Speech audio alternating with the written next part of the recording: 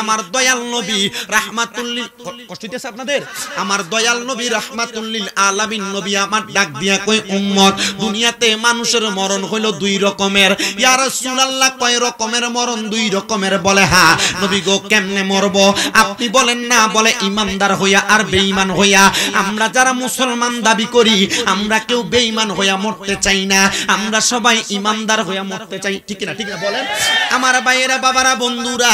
এই জন্য আমার আল্লাহ তাআলা কোরআনুল কারীমে ছোট্ট একটা আয়াত নাযিল কইরা দিলেন, লা ইয়াস্তাউই আসহাবুন নারি ওয়া আসহাবুল জান্নাহ। আল্লাহ কয় বান্দারে যারা জান্নাতি এবং যারা দোজখবাসী তারা এক রকম নয়। আল্লাহ তারা কেমন আপনার কাছে জানতে চায়।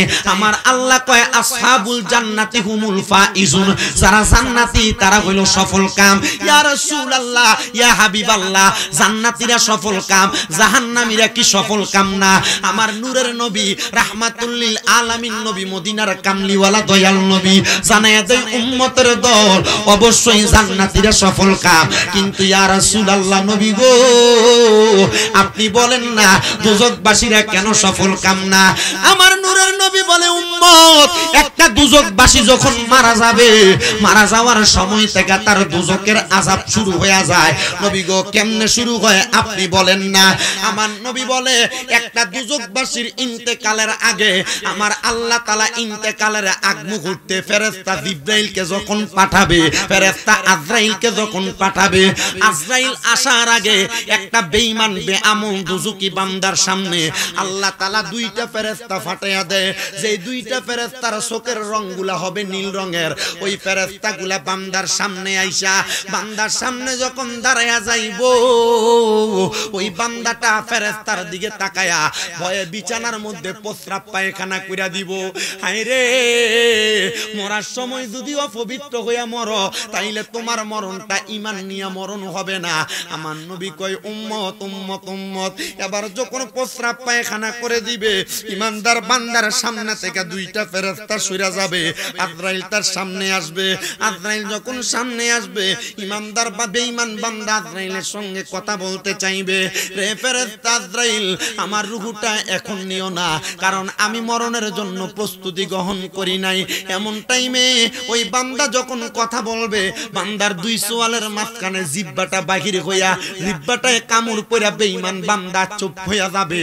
এবার এই বেঈমান বান্দা চোখের ইশারা দিয়া আজরাইলের সঙ্গে কথা বলার চেষ্টা করবে। আজরাইলের এমন ভয়ঙ্কর চেহারা, ওই ভয়ঙ্কর চেহারা দেইকা বেঈমান বান্দার চোখগুলা উল্টেয়া যাবে। আমার নবী কই উম্মত এবার বেঈমান বান্দার বুকের মধ্যে আজরাইলে থাবা দিয়া ধরবে। বেঈমান বান্দার বুকের ভিতরে যখন থাবা দিয়া ধরবে রে, বেঈমান বান্দার গারের রগগুলা ঠাস ঠাস কইরা ছিঁড়া যাবে, হাতের রগগুলা ছিঁড়া যাবে, পায়ের রগগুলা ছিঁড়া যাবে। এবার বেঈমান বান্দাটা রক্ত চলাচল যখন বন্ধ হইয়া যাবে, বান্দার রক্ত কোনো দিকে চলতে পারবে না, বান্দার শিরা উপশিরা গুলা ঠান্ডা হইয়া বন্ধ হইয়া যাবে। এবার রক্তগুলা নাকে দিয়া মুখে দিয়া বের হবে। নবী গো এমন কষ্টের মরণ বেঈমান বান্দা কেমনে সহ্য করব? আমার নবী কই উম্মত শুধু বেঈমান বান্দা সহ্য করবে না, ওই বেঈমান বান্দা যখন দুনিয়া থেকে ইন্তেকাল করবে আজরাইলে বুকটার ভিতরে থাবা দেওয়ার সাথে সাথে গো বেঈমান বান্দার রূহটা যখন টাইনা নিয়ে যাবে, পয়গম্বর ইদ্রিস নবী বলেন একটা জীবিত ছাগলরে লটকায়া দিয়া চামড়াটা টাইনা টাইনা ছিঁড়া ফেললে ওই বকরির যত কষ্ট হবে একটা বেঈমান বান্দার তত কষ্ট হবে। সাহাবায়ে কেরাম কান্দে আর ডাক দিয়া কই ইয়া রাসূলুল্লাহ এটা তো সহ্য করা সম্ভব না। বলে এই জায়গার মধ্যে শেষ না, বেঈমান বান্দার রূহটা যখন আজরাইলে বাহির করবে ওই বেঈমান বান্দার রূহটা আজরাইলে হাতের মধ্যে নিয়া নাকের মধ্যে একটা কাপড় দিয়া ডাকনা লাগাইয়া দিবে। নবী গো কেন কেন? বলে বেঈমান বান্দা গুনাহ করতে করতে, হারাম খাইতে খাইতে, সুদ খাইতে খাইতে, পরের হক খাইতে খাইতে, লুকে লুকে গোপনে গুনাহ করতে করতে ওই বান্দা বান্দার রূহটা একটা দুর্গন্ধযুক্ত রূহ হয়ে যাবে। আজরাইল ফেরেশতা বান্দার দুর্গন্ধটা সহ্য করতে পারবে না। এবার নাকে কাপড় লাগাইয়া ওই বান্দার রূহটা নিয়ে তাড়াতাড়ি যখন যাবে, বেঈমান বান্দার রূহটা ডাক দিয়া বলবে, আজরাইল এত তাড়াতাড়ি তুমি আমারে কোথায় নিয়ে যাও? বলে তোমার শেষ গন্তব্যে। বলে শেষ গন্তব্যটা কোথায়? কই ইন্নাল্লাযীনা কাফারু মিন আহলিল কিতাবি ওয়াল মুশরিকিনা ফি নারি জাহান্নামা খালিদিনা ফিহা ইন্নাল্লাযীনা কাফারু মিন আহলিল কিতাবি ওয়াল মুশরিকিনা উলাইকা হুম শাররুল বারিয়া। ওই ঠিকানাটা হইল সবচাইতে বাজে জায়গা, বন্ধ জায়গা। এমন একটা জায়গায় নিয়ে যাব। ওরে আজরাইল তুমি আমার এত তাড়াতাড়ি নিয়ে যাইও না। আজরাইল তুমি যদি জানতা আমি বেঈমানের জন্য আল্লাহ তাআলা কত কঠিন শাস্তি রেডি করে রাখছে, তুমি আমার এত তাড়াতাড়ি নিয়ে যাইতা না। আজরাইল তাড়াতাড়ি নিয়ে যাবে। যখন নিয়ে যাবে, আসমানের প্রথম দরজা বন্ধ, ডাইনের দরজা, সামনের দরজা, বামের দরজা বন্ধ। বেঈমান বান্দার দেইকা প্রথম আসমানের মধ্যে 19 জন ফেরেশতা দাঁড়ায়া থাইকা মুখ দিয়া থুতু বাহির করে বেঈমানের দিকে মেলা মারবো। বেঈমান বান্দার দিকে তাকায়া আজরাইল ডাক দিয়া বলবো, রে ফেরেশতা বেঈমান বান্দার দিকে কেন তোমরা এমন ভাবে থুতু নিক্ষেপ করো? কারণটা কি? বলে বেঈমান বান্দার দিকে আমরা থুতু নিক্ষেপ করার কারণ হইল এই বেঈমান বান্দার ঈমানটা পচে গেছে, বেঈমান বান্দার রূহটা পচে গেছে, এই জন্য আমরা বেঈমান বান্দারে কষ্ট দিতে লাগলাম। এ আজরাইল, এবার বেঈমান বান্দার কেমন অবস্থা হবে? শুধু কেমন অবস্থা হবে না, ওই বেঈমান বান্দার জন্য একটা দরজা শুধু খোলা থাকবে। ওই দরজাটার নাম হলো ফি নারি জাহান্নামা খালিদিনা ফিহা। ওই জায়গাটার নাম হলো জাহান্নাম। বান্দার জাহান্নামের দিকে ছেঁচড়ায়া টাইনা নেওয়া হবে। বান্দার যখন জাহান্নামের দিকে নিবে গো, ওই বান্দাটা জাহান্নামের মধ্যে যাইয়া একদিন দুই দিন না, আল্লাহর নবী আল্লাহর কোরআন থেকে বলে খালিদিনা ফিহা, ওই জাহান্নামের মধ্যে চিরস্থায়ী বাসিন্দা হইয়া থাকবে। ও মায়ার নবী গো, ও দয়ার নবী, রাহমাতুল লিল আলামিন নবী, চিরস্থায়ী বাসিন্দা হইয়া থাকবে কতদিন? একটু কি কম নাই? আমার নবী বলে সর্বনিম্ন একটা বেঈমান বান্দা জাহান্নামের আগুনে 3000 বছর জ্বলা লাগবে। এই মুসলমান 100 বছর বাঁচতে কষ্ট হয়, 3000 বছর জাহান্নামে কেমনে থাকবা? আল্লাহর নবী ডাক দিয়া কই, উম্মত শুধু 3000 বছর না, আমার আল্লাহ জাহান্নামের আগুনের রংটা লাল রঙের আগুন বানাইবো। ওই আগুনের মধ্যে 1000 বছর বান্দার জ্বালাইতে জ্বালাইতে জ্বালাইতে জ্বালাইতে একবার জ্বালাইবো, একবার আবার শরীর বানায় আবার জ্বালাইবো। বান্দা প্রশ্ন করবে, আল্লাহ আমারে একবার জ্বালাইলে তো আমার শাস্তি শেষ হয়ে যায়, আপনি কেন আমারে বারবার আগুন দিয়া জ্বালান? আমার আল্লাহ তাআলার ফেরেশতারা জবাব দিবে, রে বান্দা গুনাহ তো তুমি একবার করো নাই, বারবার গুনাহ করেছো, এই জন্য তোমারে বারবার আগুনের মধ্যে জ্বালানো হইতেছে। ওই বান্দারে 1000 বছর জ্বালায়া আগুনের রংটারে সাদা বানাইবো। সাদা আগুনের মধ্যে বান্দারে 1000 বছর জ্বালায়া এবার আগুনের রংটারে কালো বানায়া আগুনের মধ্যে বান্দাটারে দাউ দাউ করে পুরাইবো। 3000 বছর পুরায়া বান্দারে তাকতা সুররা নামক একটা জায়গার মধ্যে দাঁড় করায়া দিব। ও বাবা, এলাকাতে চোর ধরা খাইলে ওই চোররে 2-3 মিনিট পিটাইলে চোর তার চুরির দায় স্বীকার করে। বেঈমান বান্দারে 3000 বছর আগুনের মধ্যে পুরানের পরে বেঈমান বান্দা তার চুরির দায় স্বীকার করবে না, বেঈমানিত্ব স্বীকার করবে না। বেঈমান বান্দার রূহটারে জিজ্ঞাসা করবে, বান্দা কি বলবা বলো? আমি আপনি মনে মনে চিন্তা করে আমরা বলবো আল্লাহ মাফ কইরা দেন, কিন্তু না না না, বেঈমান বান্দার রূহটা মুখ দিয়া 3 বার বলবে মুয়ে মুয়ে মুয়ে, পানি পানি পানি। 3 বার যখন শব্দটা ব্যবহার করবে, বেঈমান বান্দারে কি পানি দেওয়া হবে? নবী যখন এই বক্তব্য দেয় মসজিদে নববীর মধ্যে, আমার নবীর সামনে 72 জন সাহাবায়ে কেরাম বসা। কোন মদিনা শরীফে বসা জানো? আমি ওই মদিনা শরীফে রাসূলের পাকের রওজার যেই জায়গায় নবী সাহাবীদেরকে নিয়ে বক্তব্য দিত, ওই জায়গায় আমি এক এক করে 8 রাকাত নামাজ পড়ে আসছি গত আগস্ট মাসে। এ বন্ধুরে, নবীর সাহাবায়ে কেরাম আমার নবীরে প্রশ্ন করে, নবী গো, ও দয়ার নবী,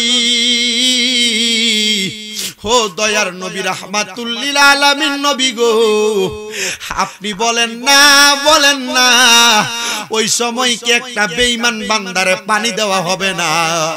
আমার নবী কান্দে আর ডাক দিয়া কই পানি দিব রে দিব, দুনিয়ার কোন সাধারণ পানি দিবে না। ওই বান্দারে যেই পানিটা দিব রে বাবা, মুসনাদে আহমদে হাদিসটা উল্লেখ করতেছে ওই পানিটার নাম হলো তিনাতুল খাবাল। তিনাতুল খাবাল কি জানেন? তিনাতুল খাবাল হইল জাহান্নামীদেরকে আগুনে জ্বালানোর কারণে তাদের যে শরীরের গোশতগুলা চর্বিগুলা গইলা গইলা পড়ছে, রক্ত পুষগুলা লোহার গরম একটা পাত্রের মধ্যে করে আইনা বেঈমান বান্দারে দিব। ও বাবা, আপনি ইমানদার না বেঈমান আপনার মনটাই ভালো জানে। পর্দার অন্তরালের আমার মা, ও তরিকতপন্থী আম্মুজিরা, তোমার ইমানটা পরিপূর্ণ আছে কিনা তুমি ভালো জানো। আমি মাঝে মাঝে আমার এই বাংলাদেশের অনেক ভক্তবৃন্দ আমি তারার কাছে বলি, বাবা আপনি এক ওয়াক্ত নামাজ পড়ার আগে, এক ওয়াক্ত এক রাকাত নামাজ পড়ার আগে ইমানটারে পরিপূর্ণ করবেন। ইমান পরিপূর্ণ না করলে আপনার নামাজের কোনো লাভ হবে না। এ বাবা, হে নবীর উম্মতের দল, হে নবীর আশিকের দল, হে নবীর উম্মতের দল, ইমানদার বান্দাটার অবস্থাটা সম্পর্কে, বেঈমানের অবস্থা সম্পর্কে বলে বেঈমান বান্দারে লোহার গরম একটা পাত্রের মধ্যে কইরা যখন রক্ত পুষগুলা দিবে, সাহাবীরা বলে ইয়া রাসূলুল্লাহ, বেঈমান বান্দা ওই পানিটা পান করবে? আমার নবী কয় পান করবে। বেঈমান বান্দা পানির পিপাসা মুখে ডাইলা দিবে, বান্দার জিহ্বা গলে যাবে, গলাটা দিয়া গলতে গলতে বান্দার পেটের নাড়ি বুড়িগুলা গইলা পায়খানার রাস্তা দিয়া থরথর করে পড়তে থাকবে। এত কষ্ট দিবে রে বেঈমান বান্দা, এত কষ্ট পেয়ে মারা যাবে। আমার নবী বলে আমার ৭২ সাহাবীর মধ্যে ৪০ জন সাহাবী বেহুশ হয়ে গেছে, ৩২ জন সাহাবী গড়াগড়ি কয়ে কাঁদতেছে। নবী গো, ইয়া রাসূলুল্লাহ, ইয়া হাবিবাল্লাহ, নবী গো, বেঈমান বান্দারে এত কষ্ট দিব গো, আপনি বলেন না ইমানদার বান্দারে কি আল্লাহ আরাম দিত না? যারা নামাজ পড়ছে তারারে কি আরাম দিত না? যারা রোজা রাখছে তারারে কি আরাম দিত না? যেই মহিলারা পর্দা করছে ওই মহিলারা কি আমার আল্লাহ তাআলার আরাম জান্নাত পাবে না? যারা মা বাবার খেদমত করছে তারা কি আল্লাহ তাআলার জান্নাতের আরাম পাবে না? যারা দুনিয়াতে থাইকা হজ করছে, ওলিয়া উলিয়া কেরামের অনুসরণ করছে, যারা কবর হাসরে বই কইনা ইবাদত করছে, যারা নবী ওলিদের দুরূদ শান গাইছে, যারা কারবালার বয়ান শুইনা শুইনা চোখের পানি ফালাইছে, তারা জান্নাতের মজা কেমনে নিবে জানো? আল্লাহর নবী কয় বেঈমানরে তো কষ্ট দিয়া মারা হইছে, কিন্তু একটা ইমানদার বান্দা যখন মারা যাবে, ইমানদার বান্দার সামনে অনুরূপ ভাবে দুইটা ফেরেশতা আসবে, কিন্তু ইমানদারের সামনে আইসা একটা ফেরেশতা ইমানদার বান্দার নাকের মাথাটার মধ্যে বসবে, আরেকটা ফেরেশতা ইমানদারের মাথার কাছে বসবে, মাথার কাছে বইসা ইমানদার বান্দার মাথাটার মধ্যে হাতটা বুলিয়ে দিবে। ছোট বাচ্চা কান্না করলে হাত বুলিয়ে দিলে মা বুকের মধ্যে হাত রাখলে যেমনে ঘুমায়া যায়, ইমানদার বান্দা ঠিক তেমনে ঘুমায়া যাবে। হায়রে আমার বাবা, ইমানদার বান্দার জন্য যখন আজরাইলটা চলে আসবে, আজরাইল আইসা সর্বপ্রথম ইমানদার বান্দার বুকের মধ্যে থাবা দিয়া ধরবে। এই ইমানদার বান্দার বুকের মধ্যে থাবা দিলে কিন্তু রূহ নিতে পারবে না। কেন পারবে না জানো গো? কারণ ইমানদার বান্দার বুকের মধ্যে থেকে দুইটা ফেরেশতা বাধা দিবে। এই আজরাইল ইমানদারের বুকে দিয়ে রূহ কবজ করা যাবে না। কারণটা কি বলো?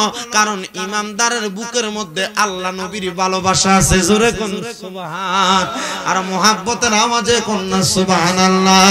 ভালোবাসার জায়গা মদিনা, ভালো লাগার জায়গা মদিনা, বলেন ভালোবাসার জায়গা মদিনা, ভালো লাগার এত সুন্দর জায়গা কোথাও দেখি না, এত সুন্দর জায়গা কোথাও দেখি না, সাজিয়েছেন দয়াল রাব্বানা, ভালোবাসার জায়গা মদিনা, বলেন ভালোবাসার জায়গা, ভালো লাগার আব্বাজি স্বর্ণের বড়ি বর্তমান বাজারে 2,07,056 টাকা। কত? 2,07,756 টাকা। মক্কা মদিনা যাইতে টাকা লাগে 1,40,000 টাকা। চিন্তা করে দেখেন, এ পর্দার অন্তরালের বেডিয়াতে আমার মা বোনেরা এক বড়ি স্বর্ণ গলায় দিয়া ঘুরবা না, মক্কা মদিনা যাইবা। এক বড়ি স্বর্ণ বেচা মক্কা মদিনা যাও, আল্লাহর কাবা ঘরে দুইরা দোয়া করে আসো, এমন স্বর্ণ মুদ্রা তোমার অভাব হবে না। কথা কোন? এ বাবা, আমি যেদিন মদিনা শরীফের সামনে গেলাম, আমার চুলগুলা লম্বা ছিল। আমি আসার সাথে সাথে এক বেড়া কই চুলডি কাটতে লেছেন। আমি কইলাম চুলডি কাটছি এমনে না, নবীর রওজার সামনে যায়া আমি আমার নবীর রওজার সামনে যায়া চুলগুলার ভিতরে এভাবে মুঠ কইরা ধরছি। ধরে কইছি, ইয়া রাসূলুল্লাহ, এই চুলগুলা রাখার কারণে মানুষ আমারে বন্ড বলে, মানুষ বেদাতি বলে। নবী গো, আমি জানি আপনার হাদিস শরীফ শামাইলে তিরমিজির ভিতরে লাহু শারুন ইয়াদ্রিবু মানকাবাইহি, আপনি নবীর চুল মুবারক আপনার ঘাড় মুবারকের মধ্যে পড়তো। ও নবী, মানুষ আমারে বন্ড বলে, এটা আমার কিছু আসে যায় না। আপনি নবীর সুন্নত রাখলে কেউ বন্ড বললে এটা তার বিষয়ে গুনাহগার হবে সে ব্যক্তি। ইয়া রাসূলুল্লাহ, হজ করার পরে আমার চুলগুলা কাটা লাগবে। মানুষ হজ করে তারপর মদিনায় আসে। আমি আবার মুআল্লিম সাহেবরে বলছি, মুআল্লিম সাহেব, আমার আগে মদিনায় নিবেন, এরপর মক্কায়। আমার মদিনার টিকিট দিয়া আগে মদিনায় পাঠাইছে, তারপর মক্কায়। আমি নবীজির রওজার সামনে দাঁড়ায়া 3টা আরজি জানাইছি, ইয়া রাসূলুল্লাহ, এত কম বয়সে আপনার রওজার সামনে আসবো আমি বুঝতে পারি নাই, আল্লাহ কবুল করছে, চলে আসছি। নবী গো, আমার মনে একটা আশা।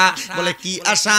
আমি যে এত তাড়াতাড়ি আসছি, আপনি বারবার আপনার রওজার সামনে আমারে আইনেন। 2 নাম্বার, আমার মা বাপ ভাই নিয়ে যেন আমি পরবর্তীতে আসতে পারি সেই তৌফিক দান কইরেন। 3 নাম্বার, নবী গো, আপনার অনেক পাগলেরা বাংলাদেশে কান্দে, যাদেরকে নিয়ে ওয়াজ মাহফিলে বৈশা বয়ান করি, ইয়া রাসূলুল্লাহ, তাদেরকে একবার আপনার রওজার সামনে আইনেন। এই 3টা আরজি আমি আমার নবীর রওজার সামনে করেছি। 5 ওয়াক্ত নামাজের পরে নবীজির রওজার সামনে দাঁড়ায় দাঁড়ায় সালাম দিয়েছি। বন্ধু, আপনারা যারা টাকাওয়ালা আছেন, পয়সাওয়ালা আছেন, সম্পদওয়ালা আছেন, এখনো মদিনায় যান নাই, বাবারে, জায়গা জমি সম্পদ তোমার স্ত্রী পুত্ররে দিয়া যাইবা, তারা তাদের মতো ব্যবহার করবে। তারা দুনিয়াতে ভালো কাম করলে তুমি কবরে ভালো থাকবা, তারা দুনিয়াতে বদ কাজ করলে তুমি কবরে বদ থাকবা। ও বাবা, সম্পত্তির একটা কোণা দিয়ে একটু বিক্রি করে তাড়াতাড়ি মক্কা মদিনা যাও। আবারও বলতেছি, 1,40,000-50,000 টাকা হইলে মক্কা মদিনা যাওয়া যায়। তুমি মক্কা মদিনা যাইয়া আল্লাহর নবীর রওজা মুবারক দেখবা চোখের পানি ফালাইবা, আল্লাহর কাবা ঘরের দিকে তাকাইবা, দেখবা চোখের পানি ফালাইবা। অনেক মুরব্বীরা বলে বয়স বেশি হয়ে গেছে, মক্কা মদিনা যায় কেমনে হজ করব, হাঁটতে পারবো না। এ বাবা, আমি একটা জামালপুরের মুরব্বী বাবারে দেখছি লাঠি বট দিয়া হাঁটতাছে, আমার সাথে একসাথে মক্কার দিকে ঢুকতেছে। আমি ওনার দিকে তাকায়া বললাম, এ বাবা, আপনি এভাবে যাচ্ছেন, কষ্ট হচ্ছে না? বলে, বাবা, কষ্ট হয়। মক্কা শরীফের মধ্যে ঢুইকা প্রথম 3 তাওয়াফের সময় রসম করা লাগে, মানে পাঠানের মতো হাঁটা লাগে। আমি এক চক্কর দিয়া দেখলাম যে মুরব্বী লাঠি বট দিয়া কাবার দিকে ঢুকে, ওই মুরব্বী হাতের মধ্যে লাঠি নাই, রজম করতেছে। একবারে যুবক মানুষ যেমনে রজম করে হাঁটায় মক্কাতে হাঁটে, ঠিক এমন ভাবে হাঁটতেছে। আমি বুঝতে পারলাম এই মুরব্বীর শরীরে গায়ের জোর না, এটা ইমানের জোর দিয়া আল্লাহর কাবা ঘর তাওয়াফ করে। এই জন্য বলবো রে আমার মুরব্বী বাবারা, পর্দার অন্তরালের মা বোনেরা, স্বর্ণ গয়না টাকা পয়সার পাগল না হইয়া মক্কা মদিনার পাগল হইয়া তাড়াতাড়ি চলে যাও। এ বাবা, আপনাদের বিজয়নগরের আব্দুল্লাহপুরের মসজিদের মধ্যে, বিজয়নগরের আমতলির মসজিদে 1 ওয়াক্ত নামাজ পড়লে 1 ওয়াক্তে সওয়াব পাওয়া যায়।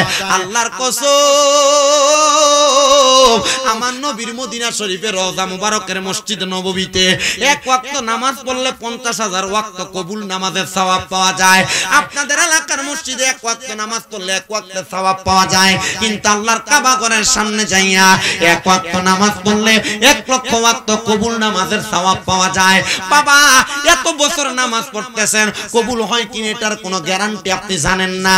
এই জন্য বলবো, আল্লাহর কাবা ঘরের সামনে যাও, মক্কা যাও, মদিনা যাও, দেখবা মক্কা মদিনা গেলে তোমার কলবে বড় শান্তি পাইবা, অন্তরে শান্তি পাইবে। এই জন্য আশিক বলেছে, আরে এত মধুর জায়গা কোথাও দেখি না, এত সুন্দর জায়গা কোথাও দেখি না, সাজ সাজিয়েছেন দয়াল রাব্বানা ভালোবাসার জায়গা মদিনা বলেন ভালোবাসার জায়গা মদিনা ভালো লাগার এটা রাখেন দিবেন না কাউকে ভালোবাসার জায়গা মদিনা ভালো লাগার জায়গা মদিনা মদিনা শরীফে নূরের খাজিনা মদিনা শরীফে নূরের খাজিনা সাজিয়েছেন দয়াল রাব্বানা ভালোবাসার জায়গা মদিনা কোনা ভালোবাসার জায়গা ভালো লাগার জায়গা মদিনা একটা জবানও বন্ধ রাখবেন না জবানটা ছেড়ে দিয়ে জোরে জোরে পড়েন আল্লাহু আকবার তো আজরাইল ফেরেশতা যখন ইমানদারের সামনে আসবে বুকে হাত দিয়ে রূহ নিতে পারবে না কারণ বুকের মধ্য থেকে দুইটা ফেরেশতা বলবে ইমানদার বান্দা বুকের মধ্যে আল্লাহ নবীর মোহাব্বত প্রেম আছে এবার আজরাইল ফেরেশতা ইমানদারের সবচাইতে আকর্ষণীয় জায়গা বিওয়াজিকান নূর চেহারা বরাবর একটা হামলা করবে কপালের মধ্য থেকে দুইটা ফেরেশতা বাধা দিবে আজরাইল ও ফেরেশতা আজরাইল ইমানদার বান্দার কপাল দিয়ে রূহ বাহির করা যাবে না বলে কারণ কি বলে ইমানদার বান্দা পাঁচ ওয়াক্ত নামাজের মধ্যে আল্লাহর দরবারে সিজদা দিয়া সুবহানা রাব্বিয়াল আলা বলছে এই বান্দা সুবহানা রাব্বিয়াল আলা বলার কারণে আমরা বান্দার মুখের উপরে আইসা বাধা হইয়া দাঁড়ায়া গেলাম বান্দার নামাজের বদৌলতে ইমানদার বান্দার রূহ তুমি কপাল দিয়া বের করতে পারবা না এবার আজরাইল বলবে বুকে হাত দিলাম কপালে হাত দিলাম আজরাইল আইসা ইমানদারের ডান দিক দিয়া হাত দিবে ডান দিক দিয়া দুইটা ফেরেশতা দাঁড়ায়া যাবে এ বান্দা এ ফেরেশতা আজরাইল বান্দার ডান দিক দিয়া হাত দিলে রূহ বাহির করতে পারবা না কারণটা কি বলে বান্দার ডান দিক দিয়া তার দান সৎকার মতো বড় বড় সওয়াব আছে এই জন্য বান্দার ডান দিক দিয়া রূহ বাহির করা যাবে না আজরাইল হাত দিবে বান্দার বাম পাজরের মধ্যে হাত দেওয়ার সাথে সাথে বাম দিক থেকে আজরাইল ফেরেশতা ডাক দিয়া বলবে আজরাইল ফেরেশতারে ডাক দিয়া বলবে রে আজরাইল বান্দার বাম দিক দিয়া হামলা করিস না বলে কারণ কি বলে বান্দার বাম দিক দিয়া তার মা বাবার খেদমত আছে এই জন্য বান্দার রূহ কবজ করতে পারবা না হায়রে মুসলমান এবার ইমানদার বান্দার রূহটা কেমনে নিব আজরাইল যখন হাত দিয়া দাঁড়ায়া থাকবে আল্লাহ বলবে রে আজরাইল ইমানদার বান্দার রূহটা কবজ করা বড় কঠিন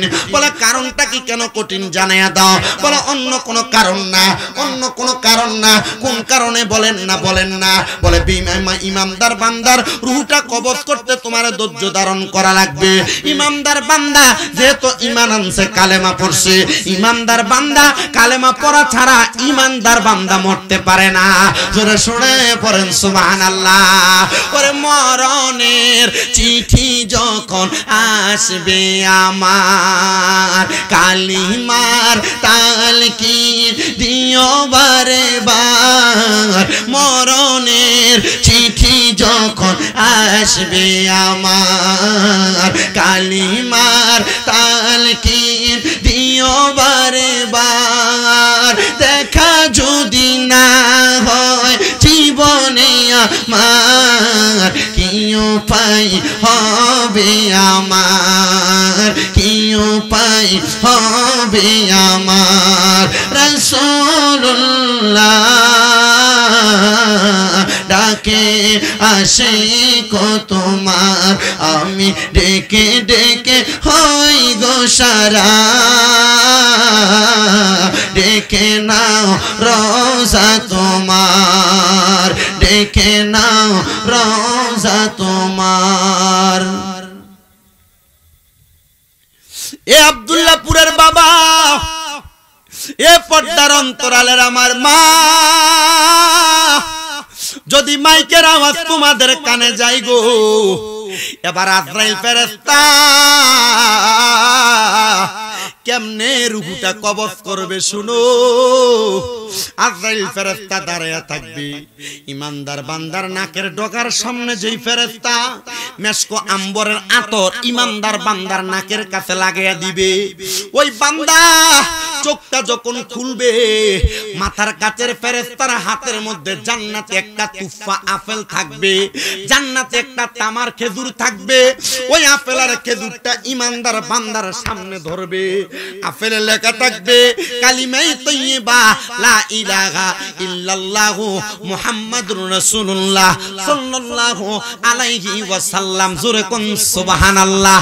আরশ আজিমের গেইটে লেখা কালেমা, আরশ আজিমের পায়ায় লেখা কালেমা, আরশ আজিমের প্রত্যেকটা জায়গায় জায়গায়, জান্নাতের প্রত্যেকটা জায়গায় জায়গায় ওই কালিমা তাইয়্যিবা লেখা। এ মুসলমান ইমানদার, এই নবীর উম্মতের দলেরা, এবার ওই বান্দা যখন কালিমাটা পড়বে, কালেমা পড়ার সাথে সাথে ইমানদার বান্দার মুখ দিয়ে একটা বাতাস বের হয়ে যাবে। আজরাইল ফেরেশতা ওই বাতাসের মাধ্যমে তার রূহটা কবজ করবে। ইমানদার বান্দা টের পাবে না। একটা বাচ্চা যখন কান্না করে, মা মুখে দুধ দিলে বাচ্চা যেমন ভাবে ঠান্ডা হয়ে যায়, ইমানদার বান্দা এমন ভাবে ঘুমিয়ে যাবে, বান্দা মরণের কষ্ট টের পাবে না। হায়রে ও আমার আব্দুল্লাহপুরের বাবারা, এ যুবক বন্ধুরা, পর্দানশিনী মা বোনেরা, এ দাড়ি পাকা মুরব্বী বাবা, আপনাদের দাড়িগুলা পাইকা গেছে, আপনাদের চুলগুলা পাইকা গেছে। আপনারা একবার চিন্তা করেন, ও মহিদুল ইসলাম শাহ হুজুর বাতুরিয়া কালাম শাহ দরবারে বৈশা যে এত সুন্দর করে দরবার প্রেমের বাগান সাজাইছেন, এমন ইমানি মরণ আপনার ভক্ত মুরিদানদার হইবনি। ও দরবারের আশিকিন জাকিনীরা, আপনারা বিভিন্ন দরবারের বায়াত হয়ে বৈশা রইছেন। একবার চিন্তা করেন, আপনি এমন জীবন ধারণ করছেন নি যেই মরণের সময় টের পাওয়া যাবে না। চিন্তা করে দেখেন, বেঈমান বান্দার রক ছিঁড়া যায়, বেঈমান বান্দা প্রস্রাব করে দেয়, পায়খানা করে দেয়, জিহ্বায় কামড় দেয়, চোখ উল্টে দেয়, রক্ত ছাইরা দেয়, আর ইমানদার বান্দা মরণের কোনো কষ্ট টের পায় না। ও হারামখোরেরা, ও সুদখোরেরা, ও ঘুষখোরেরা, তোমরা যে পরের হক মাইরা মাইরা খাও, মরার সময় এমন কষ্ট পায়া মরবা। আর যারা নামাজি, যারা রোজাদার, যারা হজ করে, যাকাত দেয়, দান সদকা করে, নিজের পরিবার মা বোনদেরকে পর্দা করায়, এরা তো জান্নাতের সুসংবাদ প্রাপ্ত। এরা লাহুমুল বুশরা ফিল হায়াতিদ দুনিয়া ওয়াল আখিরা। এরা আল্লাহর পক্ষ থেকে এমন সুখবর পায়, দুনিয়া তো সুখবর প্রাপ্ত, আখিরাত তো সুখবর প্রাপ্ত। এরা যখন কবরে যাইব, কবরে যাওয়ার আগে যখন তাদের রূহ নিয়ে যাবে, ইমানদার বান্দার রূহটা নেওয়ার জন্য জান্নাতের দুইটা পেয়ালা আনবে, একটা স্বর্ণের পেয়ালা, একটা রূপার পেয়ালা। স্বর্ণের পাত্রে যখন রাখবে, যখন ওই স্বর্ণের পাত্র থেকে রূহটা পড়ে যাবে, রূপার পেয়ালাই নিবে, কোন জায়গায় থাকবে না। আমার আল্লাহ তাআলা ডাক দিয়া বলবে, রে আজরাইল ফেরেশতা, ইমানদার বান্দার রূহ যেহেতু কোন জায়গায় থাকে না, যাও যাও যাও, ইমানদার বান্দার রূহটা আবার ইমানদারটারে ফিরিয়ে দাও। আল্লাহ কোরআনে কয়, ওয়ালা তাকুলু লিমান ইউকতালু ফি সাবিলিল্লাহি আমওয়াত বাল আহইয়াউম ওয়ালাকিন লা তাশউরুন। যারা আল্লাহর খাস বান্দা তারা মরে না, বাল আহইয়াউম, তারা জিন্দা, ওয়ালাকিন লা তাশউরুন। এদেরকে যারা মরা বলে, এরা নির্বুধ, এরা বোকা। বাংলাদেশের মধ্যে তৌহিদি জনতার নাম দিয়ে যারা মাজার ভাঙতেছে, এরা জানে না যে আল্লাহর ওলিদের মাজারে তারা হাত দিতেছে। ওই আল্লাহর ওলি শাহজালাল শাহপরান যদি বাংলাতে না আসতো, এই বাংলার মানুষ ধুতি পরা থাকতো, মাথার মধ্যে সিঁদুর লাগা বেরিয়ে ঘুরতো। বাংলাদেশের মানুষরে ধুতি কুল্লা লুঙ্গি পরাইছে আল্লাহর ওলিরা, আর ওই বেঈমান মুনাফিকের দলেরা আল্লাহর ওলির মাজার গুলা ভাঙতেছে। আমি বলছি, মাজার ভাঙ্গার পক্ষে সব সুন্নিরা কেউ নাই, কিন্তু আমি শামীম রাজা মাজার ভাঙ্গার পক্ষে ছিলাম। কারণটা কি জানো? ও শামীম রাজা, তুমি কেন মাজার ভাঙ্গার পক্ষে? এটার কারণ হইলো, লক্ষ্য করে দেখেন, যত জায়গার মধ্যে মাজার ভাঙছে, ভাঙতে ভাঙতে উপরের ইট গুলা ভাঙছে। আমার কথা হইলো, মাজার যদি ভাঙতে হয়, শাহজালালের মাজার ভাঙ্গা দেখাও, আর ভাঙ্গা শুধু উপরের ইট গুলা ভাঙ্গো না, পারলে তলা পর্যন্ত খুইরা দেখাইও। আল্লাহর কসম, আমাদের বিশ্বাস, আমাদের আকীদা, শাহজালাল ইয়ামিনীর মতো হক্কানি ওলিরা মরে না, তারা তাদের মাজারের মধ্যে জিন্দা।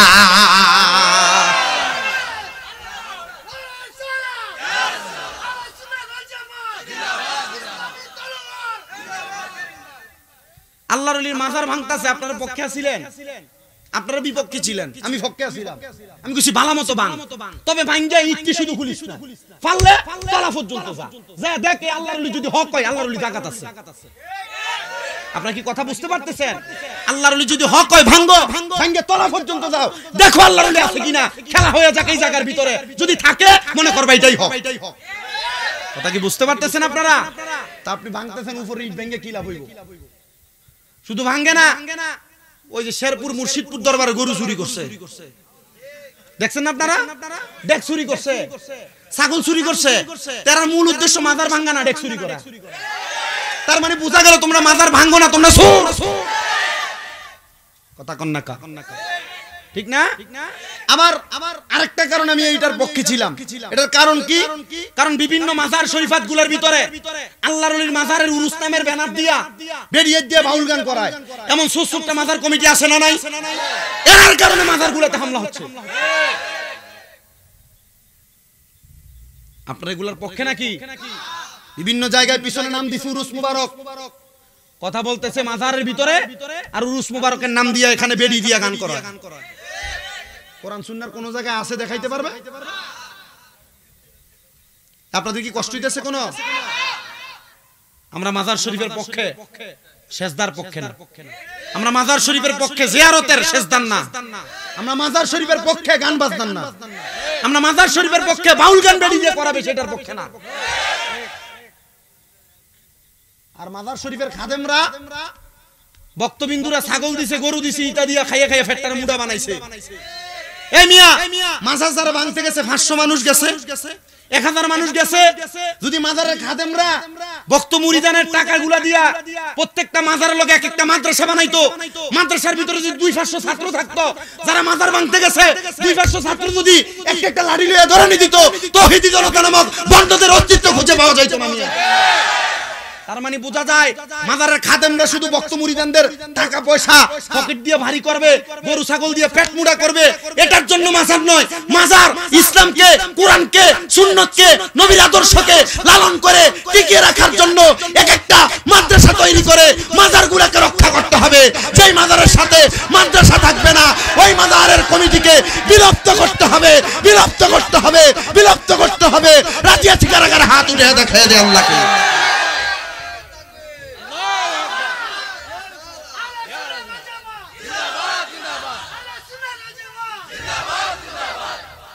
মাজার শরীফ বানাবে সত্য, যেই মাজারের খাদেমরা মাজারের লগে মাদ্রাসা বানাইতো না, এই মাজারের খাদেমরে বিলুপ্ত করো, এই মাজারের খাদেমরে নামাও।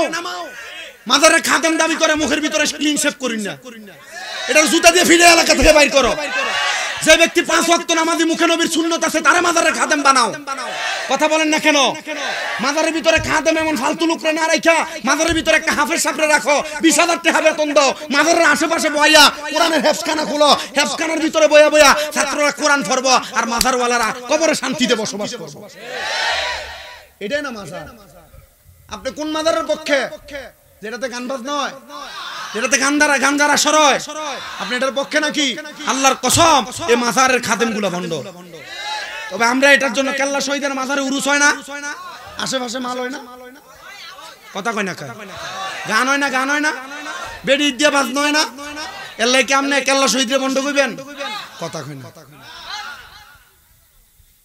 এই টিস্যুর প্যাকেটটার নাম দেখছেন? কথা কয় না। আচ্ছা, বসুন্ধরা টিস্যুর লেবেল লাগে, ভিতরে যদি কেউ কাগজ ভরে দেয়, এলে কি বসুন্ধরা কোম্পানি খারাপ? উদাহরণ কি আরো দেওয়া লাগবে? কেল্লা শহীদের মাজারে পুঁজি বানাইয়া কেউ যদি কেল্লা শহীদের মাজারের আশেপাশে গাঞ্জার আসর বসায়, এজন্য কেল্লা শহীদ ভণ্ড না, কেল্লা শহীদ হক্কানি ওলি। আর যারা এই সমস্ত গাঞ্জার আসর আর গান বাজনা করে, এটি সবই ভণ্ড। আপনি হক কথাগুলো বলেন না বিজয় আপনাকে ভণ্ড বলে, আপনি হক কথাগুলো বলেন না দেখে আপনাদেরকে বাতিল ফেরকারা ভণ্ড বলে। আপনার মাহফিলে বাধা দেয়, শামীম রেজার মাহফিলে বাধা নাই। কেন? কারণ এরাও জানে শামীম রেজা দুই একটা হক কথা আর উচিত কথা কয়। শামীম রেজা মাহফিলে টেহানিয়া বাড়িতে বিল্ডিংও বানায়, আবার মাদ্রাসাও চালায়, 6টা একটা না। আজকে যে মাহফিল করে, এটার নাম কি? মুমিন মিয়া। এবার নাতিটা তো পরে আমরা মাদ্রাসা। আলহামদুলিল্লাহ কন্যা বেলা। আর কি দরাদরি করন লাগে? মাদ্রাসা এমনি চালাই না। আমার ওয়াজ আপনারা আজকে শুনলেন না, যদ্দুর করছি ওদ্দুরি মারিত লয়ে যায়। গত কয়দিন আগে 2টা বাক্সে আমার মাদ্রাসা থেকে বাইরে হওয়ার কোনো জায়গা নাই। কোন দিয়া বাক্সে? ওই হুজুরে দেখাইছি, বাথরুমের ভেন্টিলেটরে সিফা দিয়া 7টা বানছে গামছা। কয়টা 7টা গামছা বাইন্ধে নাইমে গেছে। কুমিল্লা শহরে এমন কোন গলিবাদ রাখছি না, মোটরসাইকেল দিয়ে ঘুরছি না রাতে 4টার দিকে, 3:25 মাহফিল করে যায় ঘুমাইছি, 4:16 ফোন হুজুর ভাগ্যে গেছে কত ঘুমাছে মাহফিল করে যায়। আবার পুরা কুমিল্লা শহর ঘুরলাম, খবর নাই। ওই আখাউড়া থেকে থানার পুলিশে কল দিয়া কইছে যে অমুক জায়গায় আছে, বাইর করে নিয়ে এরপরে ঢুকায় মাদ্রাসা ঢুকাইছে। এর আগে বহুত ফলাফাইন বাগজে ফিডাইছি না, এটির কুত্তা ছাওয়ার মতো ফিডাইছি। এগুলা কন্ট্রোল করা লাগে না, বহুত কষ্ট হয়। তো আপনাদের কাছে আমার এতটুকু আবদার, মাজার যাবেন, যে মাজারের লগে দেখবেন মাদ্রাসা, মাদ্রাসার বক্সটার ভিতরে টেহা দিবেন। যেটার লগে মাদ্রাসা নাই, মাজারে কোনো টেহা নাই। কথা ক্লিয়ার? অনেকে চিন্তা করতেছি কি হুজুর দাওয়াত দিল, মাথার ফাগরিও ঠিক আছে, ওয়াজে দুরূদ শরীফ জিকির আজকারও ঠিক আছে, কিন্তু যে মাজারের বিরুদ্ধে কইতাছি, মাজারের বিরুদ্ধে না, মাজারের আশেপাশে যে বন্ডামিগুলো হয় এগুলোর বিরুদ্ধে। হ্যাঁ পাইতে কই যাসনি লোকের কাছে, যাইস কালাম শাহ দরবারে, আসেনি কোন কালাম শাহ দরবারে গেছিলা? বা তুইরা যাইও একবার, আল্লাহ কবুল করো। আমিন কও, আর মুহাব্বতে কোন আমিন। মুহাব্বতে দরুদ শরীফ পড়েন, আল্লাহুম্মা সাল্লি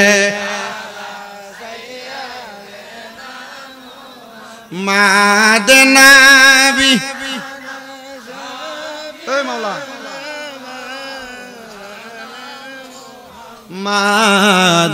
মাদাল্লাহুম্মা সাল্লি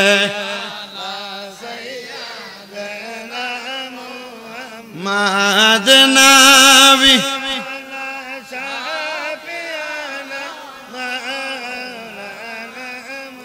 আমরা সবাই হাজির হইলাম দয়াল নবীর মাহফিলে, হায়রে দয়া করে কবুল করেন নূর নবীজি আমরা রে আল্লাহ।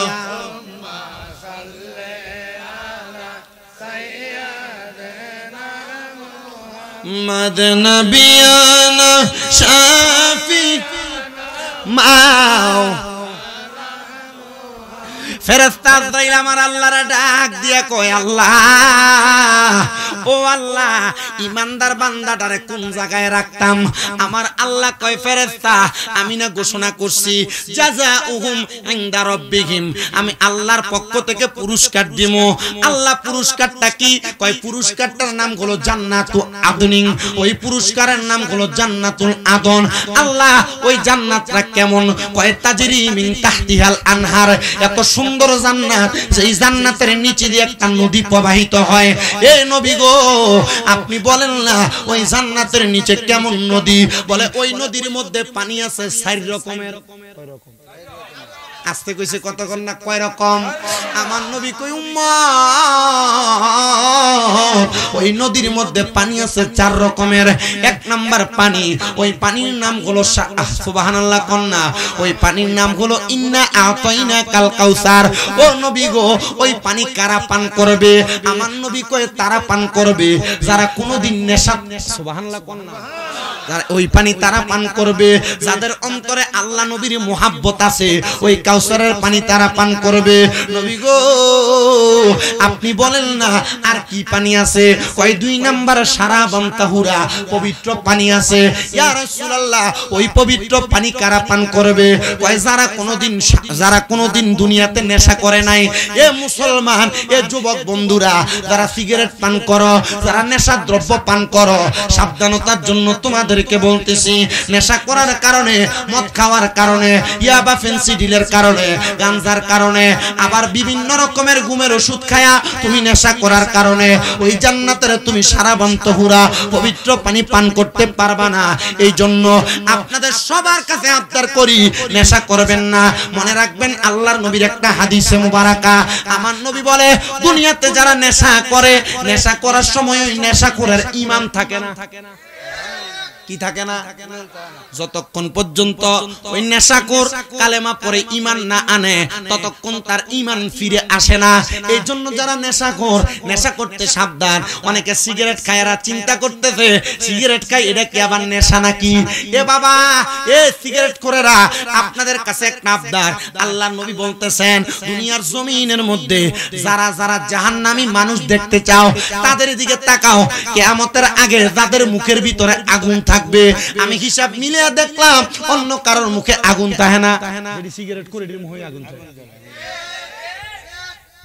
তাই নেই? আমার মুসলমান ও নবীর উম্মতের দলেরা, এই জন্য নেশা করতে সাবধান। যারা নেশা করবে তারা কোনোদিন জান্নাতের সারাবান তহুরা পান করতে পারবে না। ইয়া রাসূলুল্লাহ, ইয়া হাবিবাল্লাহ, নবী গো, আপনার কাছে জানতে চাই, আপনি বলেন না জান্নাতের আরেক রকম 3 নাম্বার পানি কোনটা? আমার নবী কয় ওই 3 নং পানিটা হইল সেটা হলো জান্নাতের লাবান, মানে দুধ। ইয়া রাসূলুল্লাহ, ইয়া হাবিবাল্লাহ, নবী গো, ওই জান্নাতের দুধ কারা কারা পান করবে? আমার নবী কয় যারা দুনিয়াতে পরের হক মেরে খায় নাই।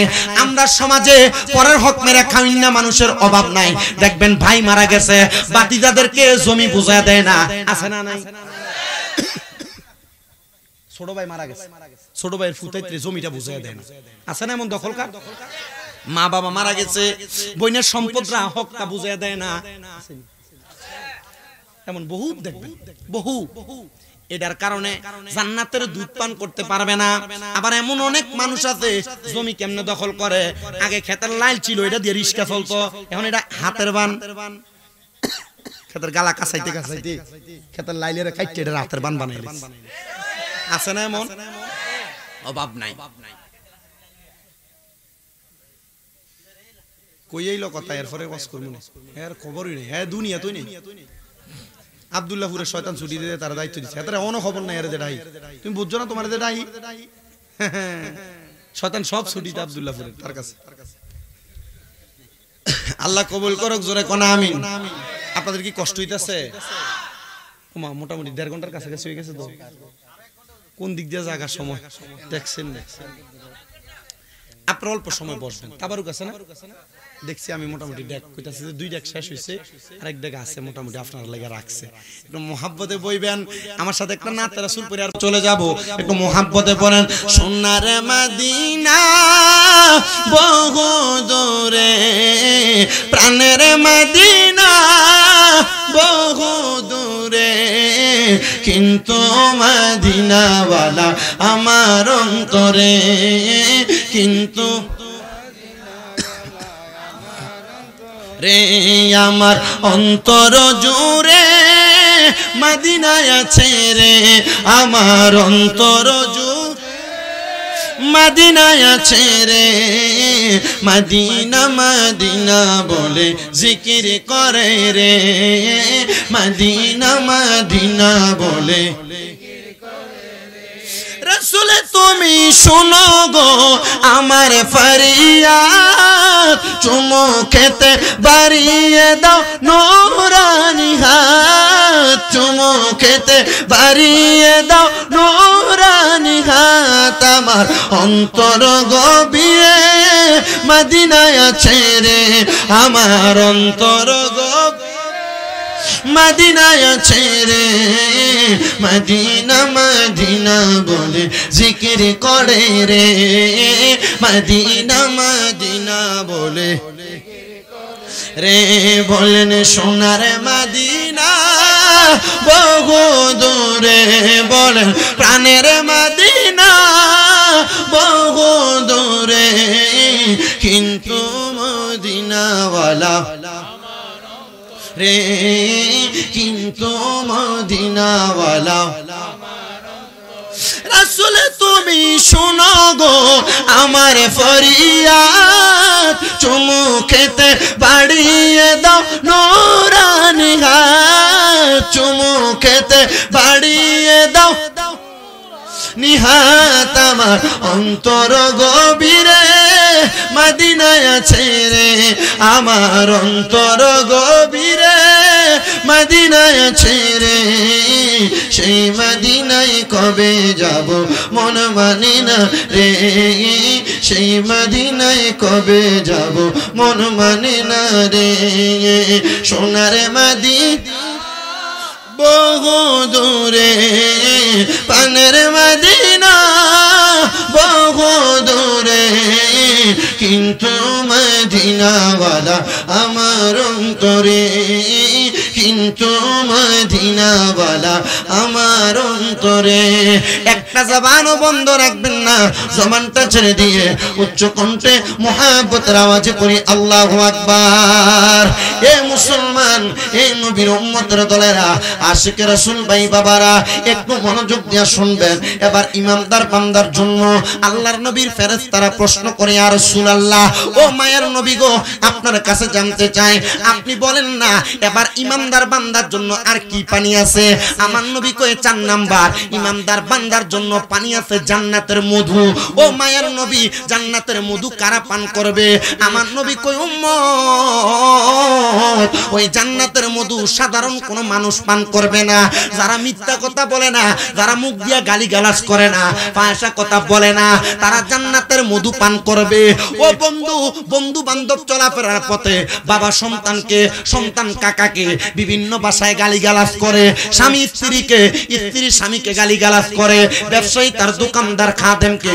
ব্যবসায়ী তার দোকানদার বিক্রয়ের ক্ষেত্রে যে বিভিন্ন রকমের গালিগালাজ করে মনে রাখবারে মুসলমান গালি দেওয়ার কারণে তুমি ফাসিক হয়ে যাও ফাসিক হওয়ার কারণে তোমার নামাজ আল্লাহর কাছে 40 দিন কবুল হয় না এই জন্য জান্নাতের মধু তুমি পান করতে পারবা না সবার কাছে আপনার এই জন্য গালি দেওয়া থেকে বিরত থাকবা মিথ্যা বলা থেকে বিরত থাকবা ফাহিশা কথা বলা থেকে বিরত থাকবা তাহলে জান্নাতের মধু পান করতে পারবা মুসলমান ও নবীর উম্মতের দলেরা একটু অন্তরের কানটা লাগিয়ে শোনো আল্লাহর নবীর সাহাবায়ে কেরাম প্রশ্ন করি ইয়া রাসূলুল্লাহ তাহলে ওই জান্নাতের মধু আর পানি কারা পান করবে আমার নবী কয় রাদিয়াল্লাহু আনহুম ওয়া রাদু আন আল্লাহর কোরআন সূরা বাইয়িনা শেষ আয়াত কয় রাদিয়াল্লাহু আনহুম ওয়া রাদু আন যারা আল্লাহর প্রতি সন্তুষ্ট আমার আল্লাহ যাদের প্রতি সন্তুষ্ট তারা ওই জান্নাতের মধুটা পান করতে পারবে জান্নাতের দুধ পান করতে পারবে জান্নাতের শরাব পান করতে পারবে ও নবী গো আপনি বলেন না কাদের প্রতি আল্লাহ খুশি আমার নবী কয় যালিকা লিমান খাশিয়া রাব্বা আল্লাহর কোরআন বলে যারা আল্লাহকে সবচাইতে ভয় করে ওই ব্যক্তিদেরকে আল্লাহ তাআলা এই দুনিয়াতে নিয়ামত দান করবে আখিরাতের মধ্যে নিয়ামত দান করবে ও বন্ধু কেমন নিয়ামত দান করবে একটু মনোযোগ লাগে শোনো আল্লাহ তাআলার একজন খাস বান্দি যিনি বাদশা জুলকারনাইনের জামানায় বসবাস করতেন আল্লাহ তাআলার একজন খাস বান্দি যিনি হযরতে সুলতান মাহমুদ গজনবীর স্ত্রী ছিলেন উনি বলেন আমি দুনিয়াতে আল্লাহ তাআলাকে ততটা ভয় করতাম না আমি রাজপ্রাসাদ পায়া টাকা পায়া সম্পদ পায়া আল্লাহ তাআলার ইবাদত থেকে দূরে সরে গেছি আমি রাজকীয়তায় পাগল হয়ে গেছি আমাদের সমাজের মধ্যে বেশিরভাগ টাকাওয়ালা বেশিরভাগ পয়সাওয়ালা দেখবেন বেনামাজি ঠিক আছে না বেশিরভাগ টাকাওয়ালা পয়সাওয়ালা দেখবেন বেনামাজি কারণ কি সম্পদ পাওয়ার কারণে অট্টালিকা পাওয়ার কারণে এই ব্যক্তি আল্লাহর নাম নেওয়া ভুলে গেছে আল্লাহর নবী রাহমাতুল লিল আলামিন নবীজির জামানার পরবর্তী জামানায় সুলতান মাহমুদ গজনবীর স্ত্রী বলেন আমি এমন মায়ায় পড়ে গেছি আমার কাছে আর ভালো লাগে না আমি সম্পদ টাকা পয়সা ছাড়া ভালো লাগে না আমি কোন বিছানায় ঘুমাবো ওই বিছানাটাকে পরিষ্কার করার জন্য আমি একটা বান্দি রাখছি দাসী রাখছি কি রাখছে কামের মহিলা স্বাভাবিক আমি একটা দাসী রাখলাম একটা বান্দি রাখলাম ওই কাজের মহিলাটা আমার বিছানাটাকে সব সময় পরিষ্কার করে প্রত্যেকদিন ঘুমানোর আগে গোলাপ ফুলের পাপড়ি ছিঁড়া ছিঁড়া আমার বিছানাতে দিয়া দেয় আর আমি রাত্রবেলা আরামসে ওই বিছানার মধ্যে ঘুমাই একদিন ওই দাসীটা ওই বান্দিটা আমার বিছানাটা পরিষ্কার করতে আইসা এই বিছানায় ঘুমাইলে কত আরাম লাগে সেটা চিন্তা করে আমার বিছানায় ঘুমাইছে ঘুমানোর পরে আমি আইসা দেখলাম আমার ওই দাসী বান্দিটা কাজের মহিলাটা আমার বিছানার মধ্যে বিভোর ঘুমে আক্রান্ত হয়ে গেছে আমি তারে আমার বিছানায় ঘুমাইতে দেখা তার চুলগুলার মধ্যে খাবুল দিয়া ধইরা চুলগুলার মধ্যে মুঠি দিয়া ধইরা আমি তারে দাঁড় করাইলাম আমি বললাম ও রাজপ্রাসাদের মানুষ দেখছুনি আমার বান্দির কত বড় সাহস আমার বান্দির কত বড় ক্ষমতা আমার বান্দির কত বড় স্পর্ধা সে দুনিয়ার জমিনের মধ্যে থাইকা আমার এই রাজপ্রাসাদের রাজ বিল্ডিং এর মধ্যে আমার বিছানার মধ্যে শুয়ে রইছে। আরে আমি এটা সহ্য করতে পারতেছি না, আমার কাছে এটা ভালো লাগতেছে না। আমি কি করলাম শোনো, আমি তারে নিয়া আমার রাজপ্রাসাদের 3 জন কর্মী দিয়া হাতের মধ্যে চাবুক নিয়া আমি তারে মারতে লাগলাম। এমন ভাবে মারতে লাগলাম তার পুরোটা শরীরকে আমি যাত্রা করে ফেললাম। এমন ভাবে যাত্রা করতে লাগলাম, সে কান্না করতেছে, বারবার কান্না করতেছে। আমি তার কান্নাটা দেখে সহ্য করতে পারলাম না, আমি তারে দাঁড় করাইলাম। সে ডাক দিয়া বলে, এ রাজকর্মীরা, আমার চাবুক দিয়া বারবার আমার পিঠের মধ্যে আঘাত করো। বিছানাতে ঘুমাইছে তো রাজরানী, অবাক হয়ে গেছে। আমার বিছানাতে ঘুমাইছো তুমি, পদা হই এত বড় সাহস তোমার? তুমি এই বিছানার মধ্যে ঘুমানোর কারণে তোমাকে 3 জন কর্মী দিয়া, রাজকর্মী দিয়া তোমাকে চাবুকের আঘাত করা হবে। যখন চাবুক দিয়ে আঘাত করে এই মহিলাকে মারতেছে, তার শরীর দিয়ে রক্ত পড়ে। রাজরানী একটু মায়া লাগছে, মারা বন্ধ করো। যখন বলছে মারাটা বন্ধ করো, এই কথা বলার সাথে সাথে রাজরানীর ওই চাকরানি ডাক দিয়ে বলতেছে, না মারা বন্ধ করিস না, মার। আর মুস্কি মুস্কি হাসে, গায়ে দিয়ে রক্ত পড়ে। আর কি করে? রাজমহিলা ডাক দিয়ে বলতেছেন, এ মহিলা, কাজ করো, কথা সত্য, অন্যায় করেছো, মাইর খাইলা রক্ত পড়তেছে, কান্না করার কথা তুমি হাসতেছো, কারণ কি? বলে অন্য কোনো কারণ না, অন্য কোনো কারণ না, একটা মাত্র কারণ। বলে কি? এ রাজরানী আমারে মারতেছেন কেন? বলে রাজ বিছানায় ঘুমানোর কারণে। এ রাজরানী অল্প কিছুক্ষণ সময় রাজ বিছানার মধ্যে ঘুমানোর কারণে। যদি আপনি আমারে 3টা রাজকর্মী দিয়ে আমার শরীরের মধ্যে আঘাত করেন, রাজরানী খবর লইয়া দেখছেননি এই বিছানার মধ্যে আপনি আজকে কত বছর ঘুমান। আমার আল্লাহ তাআলা আপনার মরণের পরে এই রাজ বিছানাতে ঘুমানোর কারণে কতজন ফেরেশতা দিয়ে আপনার আঘাত করব। রাজরানী বলে, এই কামের মহিলাটা, আমার দাসীটা, আমার বান্দিটার কথা শুনে আমার মনে টান লাগা গেছে। আহারে, আমি তাড়াতাড়ি আমার রাজ বিছানা ত্যাগ করলাম আর ডাক দিয়া বললাম, জগৎবাসী, ও দুনিয়ার মানুষ, শুনে নাও, শুনে নাও, শুনে নাও। দুনিয়ার জমিনের মধ্যে রাজ বিছানার মধ্যে আমার বান্দিটা মাত্র অল্প সময় ঘুমানোর কারণে আমি তারা 3টা রাজকর্মী দিয়ে আঘাত করছি। আমি এতদিন বুঝি না, আমি এতদিন ঘুমানোর কারণে আল্লাহ তাআলার কয়জন ফেরেশতা আমারে আযাব দিতে থাকবে। আমি আবার রাজ বিছানা ত্যাগ করলাম, রাজপ্রাসাদ ত্যাগ করলাম, রাজবাড়ি ত্যাগ করলাম, ত্যাগ কইরা আমি বনবাসে চলে গেলাম, আল্লাহর ইবাদতে মশগুল হয়ে গেলাম। ও আল্লাহ, এত সম্পদ, এত বাহাদুরি আমার ভালো লাগে না, আমার রাজপ্রাসাদ ভালো লাগে না। আল্লাহ, তুমি আমারে মাফ করে দাও। তুমি মাফ না করলে কেউ মাফ করবে না। বলেন গফুরুর রহিম, নামে তোমার আল্লাহ, আল্লাহ বলেন রহিম রহমান, নামে তোমার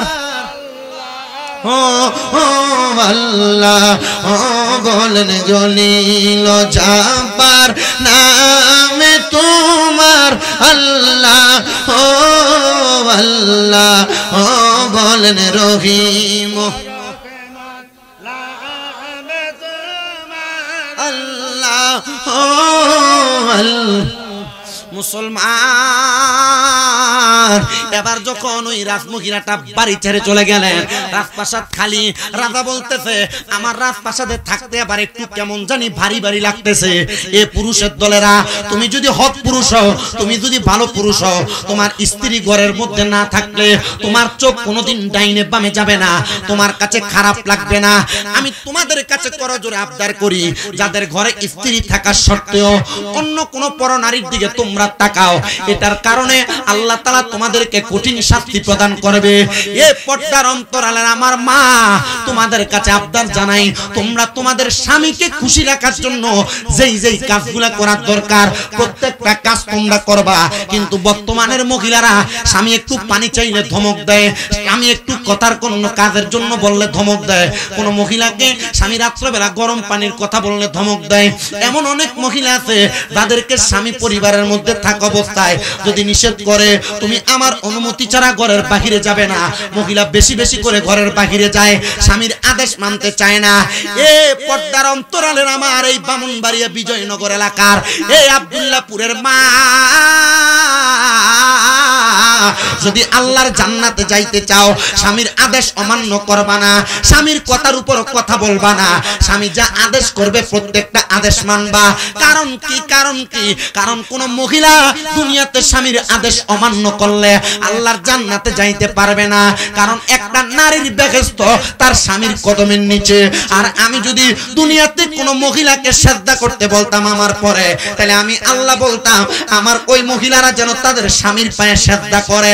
এটার কারণ আর অন্য কোনো কিছু না, আল্লাহ তাআলার প্যারা নবী স্বামীর ইজ্জত সম্মান বোঝানোর জন্য বলছে।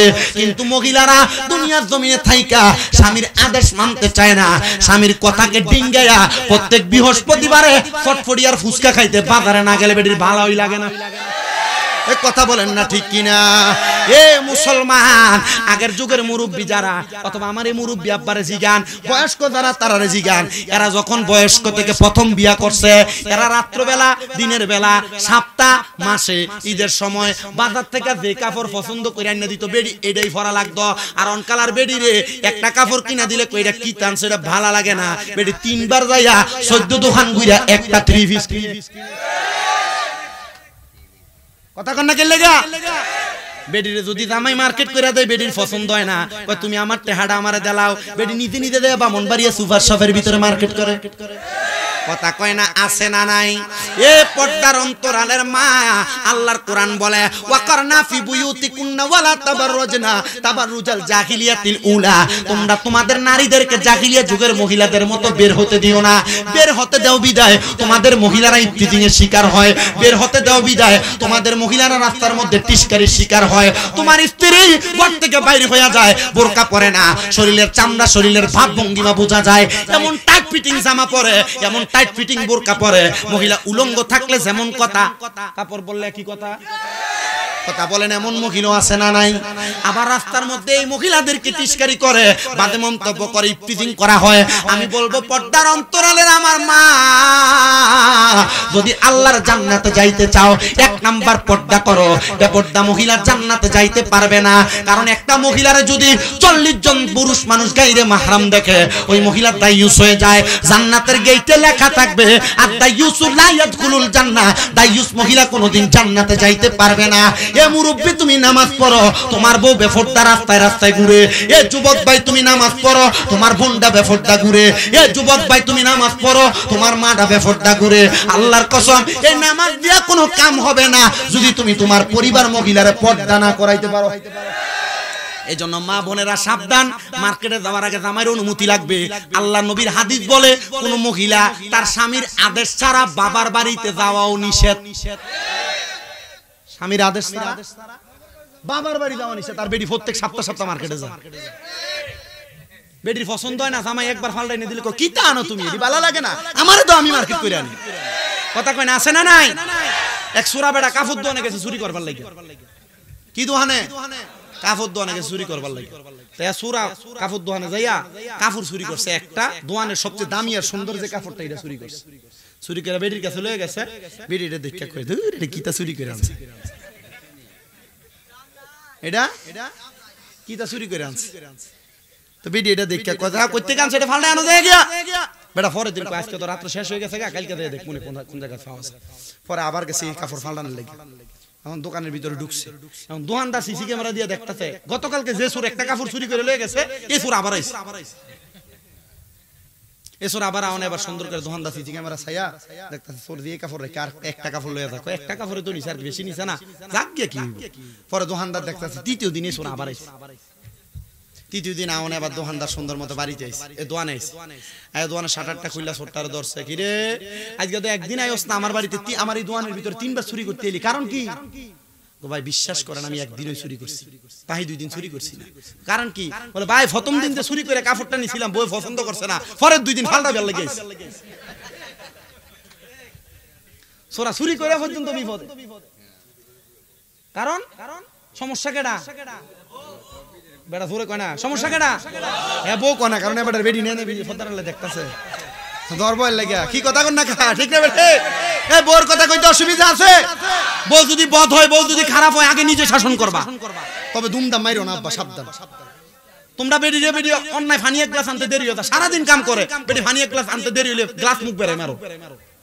গুরুম করে ফিট বেড়াই খিছে এ বউ মারা থেকে সাবধান মারেন আপনারা চিন্তা করতেছে হুজুর এখানে মাহফিলে আউনের আগে মাইর হই আইছে কারণ বেডি শয়তান আজকে এলাকার ওয়াজ হইতেছে বেটা কই ওয়াজে যায় বেডি গাঁথা দিয়ে লইয়া রাখে এই কথা কই না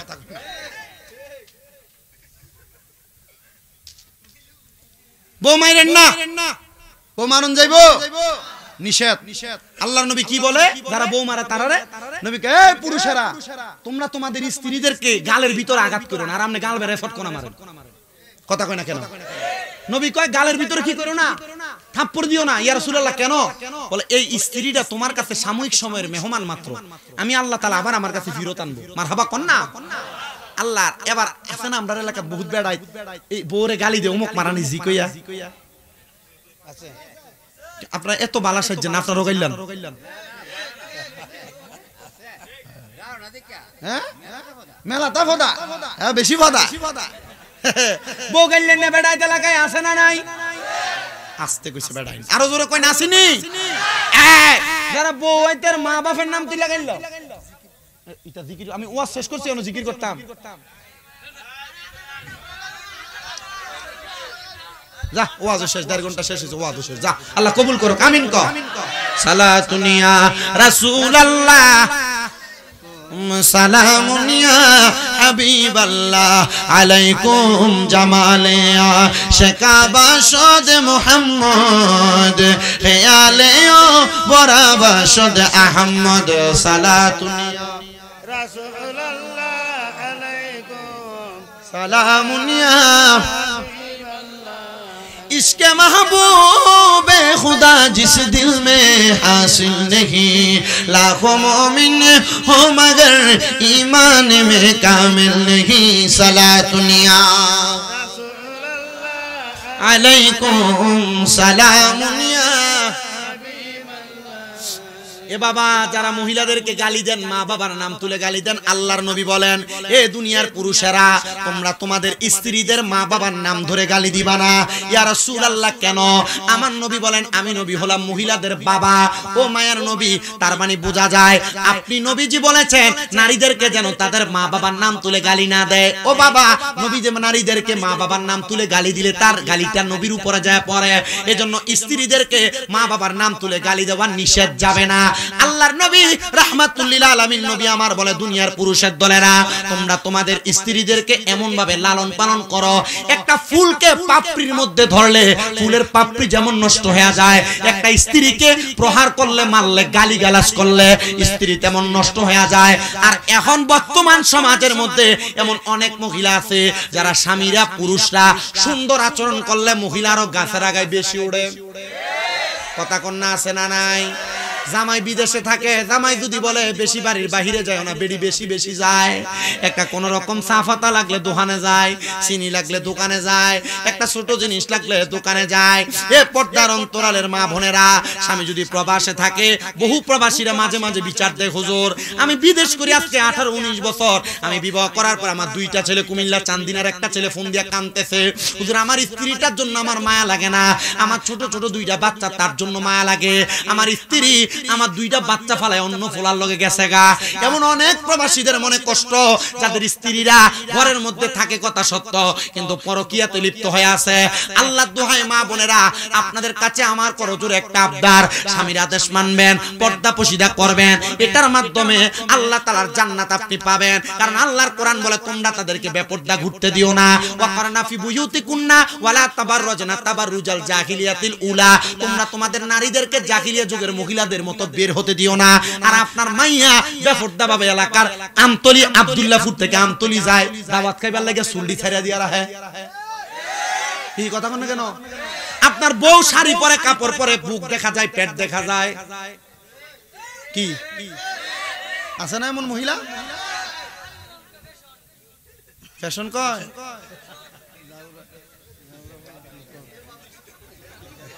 দেখছুননি এই মেঘটা এমন হয় যে আব্দুল্লাহপুরের মাহফিলটা খাইয়া দিছে আমার মনে হয় মেঘ যদি না হইতো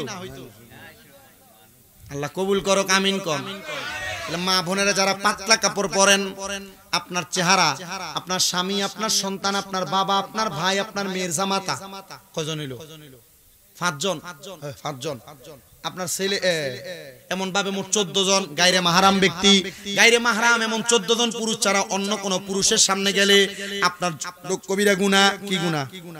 কথা কোন না, কি গুনাহ? কবিরা গুনাহ। বলে কেন? একটা পুরুষের জন্য গায়রে মাহরাম হলো 14 জন নারী। একটা পুরুষ এই 14 জন নারী ছাড়া অন্য কোন মহিলা চেহারার দিকে তাকাইতে পারবে না। একটা পুরুষ তার দাদির সামনে যাবে, তার স্বাস্থ্য বোনের গায়রে মাহরাম দাদির সামনে যাবে, দুধমার সামনে যাবে, ফুফুর সামনে যাবে, খালার সামনে যাবে এবং নানির সামনে যাবে, শাশুড়ির সামনে যাবে, স্ত্রীর সামনে যাবে, মেয়ে এবং দুধ মেয়ে সৎ মেয়ের সামনে যাবে, ছেলে এবং দুধ ছেলের বউয়ের সামনে যাইতে পারবে। এছাড়া অন্য কোন নারীর চেহারা একটা পুরুষ দেখতে পারবে না। এবার আল্লাহর নবী কয় একটা নারীর জন্য মাহরাম হলো, নারীর জন্য মাহরাম বুঝতেছেন তো? একটা নারী এই পুরুষ ছাড়া অন্য কোন পুরুষের সামনে যাইতে পারবে না। একটা মহিলা তার বাবার সামনে যাবে, ছেলের সামনে যাবে, ভাইয়ের সামনে যাবে, নানার সামনে যাবে, দুধ ভাইয়ের সামনে যাবে, মামার সামনে যাবে, ভাতিজার সামনে যাবে, ভাগিনার সামনে যাবে, চাচার সামনে যাবে, দাদা এবং শ্বশুর, সৎ ছেলে, দুধ ছেলে এবং মেয়ের জামাইয়ের সামনে। এই 14 জন ছাড়া একটা নারী অন্য কোন পরপুরুষের সামনে যাবে না, চেহারা দেখাবে না। আর বেডি এমন ভাবে রাস্তায় বাইর হয়, বেডির পুরো চেহারা পুরো শরীর বাজারের মানুষ দেখে। বেডিরে বোরকা পরে গেলেও পরের বাজারে গেলে দোকানদার ডাকতে পাবি এদিকে আইয়েন, আমি অমুকের বউ না, কারণ বেডি আগেই চেহারা দেখে বেড়াইতে চেনায় রাখছে। এমন বাজারে বেরিয়ে এলাকায় আছে না নাই? কথা কোন না, আছে না নাই? এ পর্দার অন্তরালের মা, আপনি আপনার নিজেরে পচাইয়া ফেলতেছেন মা। এ পর্দার অন্তরালের মাইয়ারা, তুমি তোমারে নষ্ট করে ফেলতেছো। আল্লাহর দোহাই লাগে রে, দোহাই লাগে, দুনিয়া জমিনে থাক অবস্থায় পরপুরুষের কাছে নিজের জীবনটারে বিলিয়ে দিও না, বেপর্দা চইল না। আর পুরুষ যারা আছেন আপনারা কখনো নারীদের দিকে অন্য চোখে তাকায়েন না। মেয়ের মতো মায়ের মতো চিন্তা করেন। এক ফোলার এই কথা বলার পর কই হুজুর সব যদি মেয়ে আর মা ওই বিয়ে করে আমকারে, এমন শয়তান ফোলাফাই নাই? আল্লাহ আল্লাহ আল্লাহ আল্লাহ আমরা বুঝার তৌফিক দান করুন, জোরে কোন আমিন। আজকে যতটুকু করছি আলহামদুলিল্লাহ। ইমানদার এবং বেঈমানের মৃত্যুর কথা শুনলাম। ওই যে মহিলা রাজ বিছানা, মা বোনকে আমি বলছি বারবার, মুরব্বীদেরকে বলছি বারবার, যুবকদেরকে বলছি বারবার, ছোটদেরকে বলছি বারবার, বিশেষ করে সোশ্যাল মিডিয়ার মাধ্যমে যে প্রবাসীরা দেশ বিদেশের পুরুষ মহিলারা দেখছেন আপনাদেরকে বলছি বারবার, রাজ বিছানা ত্যাগ করে ফজরের নামাজের আগে যদি তাহাজ্জুদ নামাজ পড়তে পারেন, কি নামাজ? কথা কোন না, বিদেশ যাইতে পারেন না, ব্যবসা করেন বরকত হয় না, কোন মহিলার গর্ভে সন্তান হয় না, মা আপনাদের দোয়ার বরকতে বাবা সারা বাংলাদেশে আমার অনেক ভক্তবৃন্দ আছে, অনেক মহিলা পুরুষ, এরা আমার জন্য যথেষ্ট দোয়া করে। আমার যে আমার আম্মা অসুস্থ, আপনারা হয়তো অনেকে দেখছেন সোশ্যাল মিডিয়া, আমার আম্মা অসুস্থ, আজকে 5 মাস বিছানায় পড়া। আলহামদুলিল্লাহ আমার আম্মার খেদমত করতেছে আমার নরসিংদীর এক ভক্ত মহিলা, এরপরে আপনার বরুড়ার, হোমনার অনেকে আমার আম্মার খেদমত করে। আমি আমার আম্মারে কইলাম মা আপনার খেদমত করে তো আলহামদুলিল্লাহ, এই ভক্তবৃন্দরা যে হাদিয়া পাঠায়, টাকা পয়সা পাঠায়, আজকে এই হুজুর আমার আব্বার লাগে হাদিয়া দিচ্ছে, মোল্লারা হাদিয়া দেয় বেটা, কিন্তু আমার এই হুজুরও আমার পকেটে হাদিয়া দিয়া, পকেটে তো আছে দি হুজুর, আমার পকেটে হাদিয়া দিয়া কইতাছে এটা আপনার আব্বারে নিয়ে দিয়ে। এমন ভক্তবৃন্দরা যে হাদিয়া টাকা পয়সা পাঠায়। আমি আমার আম্মারে কইলাম আপনি ফল খান না, অসুস্থ হয়ে গেছেন, ফল না খাইলে আমি ধমকাই, আপনি ফল খান না কেন? আমি আমার এক হুজুরে দিয়ে গেলাম, হুজুর আমার আম্মা যে অসুস্থ, ঠিক মতো ওষুধটা টাইম মতো খাইতে পারে না, ফল টলও খায় না, খানা দানা ঠিক মতো খায় না, আমি যে দমক দিই কিছু হইব নি? না তুমি তো বালার লেগে কও, ইটা দমক না, ইটা মোহাব্বত। আমি আমার মারে কইলাম মানছে যে আমার ফলের টিহাডি ফাড়ায়, মানছে টিহার ফলও দোনা খাবাইছি না, আমি আমার টিহা দিয়ে কোন সময় খাবাম আপনারে? কথা কি বুঝছেন আপনারা? আমার আম্মাটা অসুস্থ, তা আমি আপনাদের কাছে যে কথা থেকে এখানে আসছি, মূল কথা হচ্ছে আমার আম্মার লাগি একটু দোয়া করবেন, করবেন না আপনারা? দোয়া খাস করে দোয়া করবেন। তা আমি আপনাদের কাছে এই কথাটা বলি, তাহাজ্জুদ নামাজ মা বোন যারা শুনতেছেন, বিশেষ করে আপনারা যারা ব্যবসা করেন বরকত নাই, চাকরি করেন বরকত নাই, কামাই রুজিতে বরকত নাই, বিদেশ যাইতে পারেন না, আপনাদের কাছে বলবো করো জোরে আবদার করেন, তাহাজ্জুদ নামাজটা পড়ে। কি নামাজ? চিন্তা করো হুজুর ফজর, জোহর, আসর, মাগরিব, এশাই তো পড়ি না, তাহাজ্জুদ পড়াম কোন সময়? বিদেশ যাওয়ার চেষ্টা করতেছেন অনেক পোলাপান, আপনি 3 মাস তাহাজ্জুদ পড়েন, দেখবেন আল্লাহ কবুল করছে। যে মহিলার আর গর্ভে সন্তান আসতেছেন, আপনি 3 মাস তাহাজ্জুদ পড়েন, আল্লাহ আপনার সন্তান দিবেন। বিয়ে হয়েছে 9 বছর, নবীনগরের এক মহিলা, সন্তান হয় না। গত 4 বছর আগে আমার কাছে আমি এক মাহফিলে দাও, হুজুর সন্তান হয় না, একটু দোয়া করেন, একটু পানি দেন, তেল ফোড়া দেন। আমি কিচ্ছু লাগতো না, বেডি যাও, বেডি এখন থেকে 5 ওয়াক্ত নামাজের পাশাপাশি তাহাজ্জুদ পড়তে পারবো নি, তোমার জিরে কইবা? কইছে পারবো। কইছে পয়রা 3 মাসের মাথায় প্রমাণ পাবো, যাই কইও মায়ের। আলহামদুলিল্লাহ 2 মাসের মাথায় ফোন দিয়ে কান্দে, হুজুর ডাক্তার বলছে একটা সন্তান গর্ভে আছে। নামাজটা যেন কি নামাজ? এক ফোলা কানাডা যাইতো, ভিসা দিছে, টাকা দিয়ে রাখছে জমা কানাডার একজনের কাছে, ইতালির টাকা জমা দিয়ে রাখছে আরেকজনের কাছে। হুজুর কত জায়গায় টাকা মাইর খেলাম, বিদেশ যেতে পারি না। টাকা দিয়ে সব সময় সব হয় না, তাহাজ্জুদ পর কাম হবে। তোর কাম কি? কই টেইলারি কাম করি। কি কাম? টেইলার্স। যে বাড়িতে যেখানে টেইলার্স কাজ করে তারা ফুট করে দোকান ছেড়ে দিছে। তার বইনে কইছে যে তোর কারিগরটারে ক তার পাসপোর্টটা দিতে, তারা আমি আইনামু আমার ইতালিতে ব্যবসা দেওয়ার জন্য। এতদিন 2-3 জায়গায় টাকা দিয়ে রাখছে, মাইর খায়, যাইতে পারে না বিদেশ। আমি কইছি তাহাজ্জুদ পর কাম হইব। 3 মাসের মাথায় তার মালিকের বইনে কইতাছে তার লয়ে যাবে। আল্লাহর ইবাদতের দাম আছে না নাই? এই মহিলারা, তোমার জামাইর ইনকামে বরকত নাই, তোমার সন্তান পড়ালেখা করে, ব্রেন শক্তি কম, তোমার ঘর থেকে রোগবালা মুসিবত ছাড়ে না, মোল্লা মুন্সিরের থেকে পানি ফরা বহুত নিছো, নেও আরো নাও, তেল ফরা বহুত নিছো, নেও আরো নাও, পিসাবরার থেকে ফুজার সব নিছো, নাও আরো নাও। পাশাপাশি মা নিজে ভালো লাগতো না, নিজে তাহাজ্জুদরা কইরো। ঘরে বরকত থাকবো কেমনে? আগে ফজর নামাজ পড়ে ঘরের আনাসে কানাসে দিয়ে হাঁটলে কোরআন তেলাওয়াতের আওয়াজ শোনা যেত, আর অনকালা বেরিয়েতে। এই কথা কন না কেন আপনারা? কারণ আপনি বাজ্যে বরে নামাজের কথা কইবেন কেমন? আপনি ফজরের সময় ঘুমান, এই কথা কয় না। নিজেও ফরে না, বউ ফরে না, জিভু তো ফরে না, তো ঘরে বরকত কি আল্লাহ এমনি ঢেলে দিব আপনারে? আপনাদের কি ওয়াজগুলা কাজে লাগবে মনে হচ্ছে? ইনশাআল্লাহ ভবিষ্যতে আবার যখন আসবো, আবার কখনো আপনাদের কি আলোচনাগুলো শোনাবো। এই আরিয়ল কোন জায়গা? আরিয়ল আমি একটা মাহফিল মনে ডিসেম্বরের 4 তারিখ না 6 তারিখ রাখছি এদিকে। এরপরে দিয়ে দুর্গাপুর কোথায় জানে, এই কি কি বাজার, আউলিয়া বাজারের দিকে, আমি চিনি না, আমি কোন দিকে এটা দূর আছে না, এই বিজয়নগর, তাও একটা মাহফিল আছে। হোসেনপুর কোন দিয়া, তাও রাখছি। আমি বিজয়নগর প্রায় 4-5 বছর মাহফিল করা বন্ধ রাখছিলাম। এই বছর সবাই একবার আপনাদের, কারণ বিজয়নগর আমি মোটামুটি কয়েকটা মাহফিল আইছিলাম, তো হাদিয়া লয়ে লড়সর করে। 2 নাম্বার মোটামুটি ওই রাউন্ড নয়নের সময় দুলার মতো আপ্যায়ন করে আনে, যাইতের বেলার কেউ আগ্রহী হলেন, বুঝছেন? এই কয়েকটা কারণে আমি মোটামুটি অনেকদিন মাহফিল রাখি নাই। পরে এই বছর দেখলাম যে কয়েকজন আলেম ওলামা আবদার করাতে আমি মাহফিলগুলো দিছি। এই আউলিয়া বাজার, আরিয়ল, এদিক দিয়েও কইলাম যে হোসেনপুর, এদিক দিয়ে আবার কই জানো একটা রামপুর, ওই রামপুর আছে একটা কোন দিকে, এদিকেও রাখছি। মোটামুটি কয়েকটা মাহফিলে রাখা হয়েছে, ইনশাল্লাহ আসবো।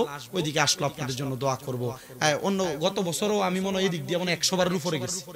আপনাদের যে রাস্তা 100 বার, কিন্তু এখন যে রাস্তার অবস্থা আমার মনে হয় 1 বার আর যাওয়া যেত না। আমার ড্রাইভার হুজুর ইন্ডিয়ার ঢুকন যেত না। আপনারা দোয়া করবেন খাস করে আমার জন্য, আমার মাদ্রাসাগুলোর জন্য। এই তাহাজ্জুদের কথা বলছি, আপনি জিগাইয়েন, নাম নাকি মাহফিল করা যায় ওনার, মুমিন মিয়া, জিগাইয়েন মুমিন মিয়া নাতিরে যে তোমরা তাহাজ্জুদ পড়নি, রাত 3:30টার দিকে উড়াই দেয় তাহাজ্জুদ পড়বার লাগি। আমার মাদ্রাসা ছোট ছোট বাচ্চারা তাহাজ্জুদ পড়ে। এবং শুধু তাই না, আমি আমার এই মাদ্রাসার ছাত্রদেরকে নিয়ে এরা দোয়া করে সবসময় তাহাজ্জুদ নামাজ পড়া। যখনই মাদ্রাসায় মুনাজাত হয়, গত শুক্রবারও মুনাজাত, আমার এক ভক্ত মারা গেছে, আসিয়া বেগম, উত্তরাতে তাদের 6-7টা বাড়ি, আনোয়ার চিস্তি ভাই ওনার আম্মা, উনি ওনার আম্মার জন্য কুলখানি করার লাগে আমার মাদ্রাসা পোলাপানির খাসির গোস্ত দিয়ে খিচুড়ি খাওয়াইছে। চিন্তা করছেন আপনি? আমার পোলাপান দোয়া করে সবার জন্য, আপনাদের জন্য দোয়া করে, সমস্ত দেশবাসীর জন্য দোয়া করে। আপনারা আমার বাচ্চাদের জন্য দোয়া করবেন। আর যদি কখনো সম্ভব হয় যে হুজুর আমার নাতিটারে ফুটরারে আপনার মাদ্রাসা ফাড়াইতাম, ফাড়াইবেন, তবে ফোলার লগে দেখা করুন কম যাইবো, ফোলার ছুটিতে কম আনন্দ যাইবো। আমার মাদ্রাসার নিয়ম এটা।